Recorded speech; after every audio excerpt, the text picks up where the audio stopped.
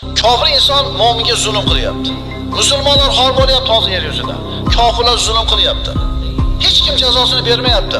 Zo'r yashab o'tib ketyapti dunyoda. Lekin o'tib ketyapti baribir.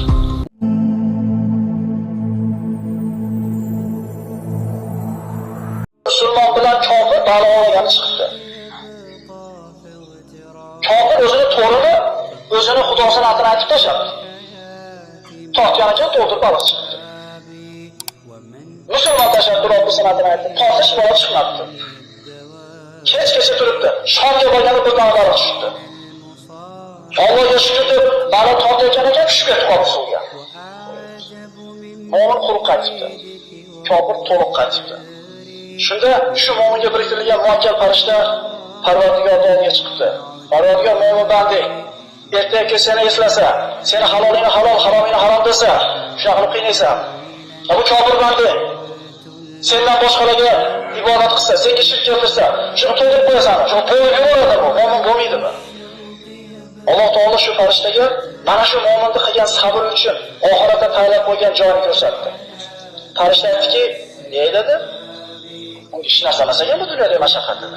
Oxiratda kutib turgan narsani olib bu mashaqqat hech narsa emas dedi." Kofirni jahannam unga tayyorlab qo'ygan joyini ko'rsatishdi. Parvardigor dunyoda hech narsa emas dedi. Kim go'raylikka kirdi, kim 30 ga kirdi, kim 20 ga kirdi. Qancha yaxshi kun, qancha yomon kun o'tdi. Bo'lmaganda o'tiribdimi?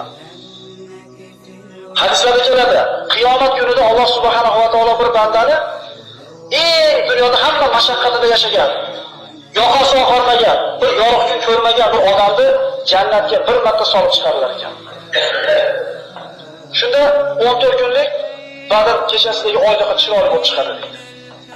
Bir solib chiqarganda banda der ekan, hayotingda bir mashaqqat ko'rganmisan desa, yo'q Parvardigor. Yaralganman bir shu ne'matdaman der ekan. Chunki jannatdagi ne'mat ulug'ligi hamma musibat esdan chiqarib yuboryapti. Dunyoda qo'lini sovuq sug'urmagan, faqat maishatda kayf tashagan bir odamlar kelib turib, do'zaxga bir solib chiqariladi deyiladi hadisda. Qora ko'mirda kuyib chiqadi. Dunyoda bir yaxshi kun ko'rganmisan desa, Parvardigor yaralgandan beri mashaqqatdaman deydi. Jannatga kirib olgandan keyin dunyodagi mashaqqatlar esdan chiqib ketadi. Haligi kambag'al deganimiz indamay yashaganda Alloh rozi qiladi uni. Boyib ketdi. Lekin payg'ambarimizning duosini olib o'tib ketmadimi? Qasinsa yashaydi. Mana shular hozir. Qorin qani, boyligini Alloh taolo kalitlar bilan o'lchab qo'ydi. Abu Jahl qani, Firavn qani, yer yuzining mutlaq podshosi bo'lgan Namrud qani ular hozir? Ularni nima bilan eslayapmiz biz? Bizda ular to'plagan narsani 100 dan biri ham bo'lmasligi mumkin. Bo'lmaydi deyapmizda. Bo'lmay ham qo'yamiz.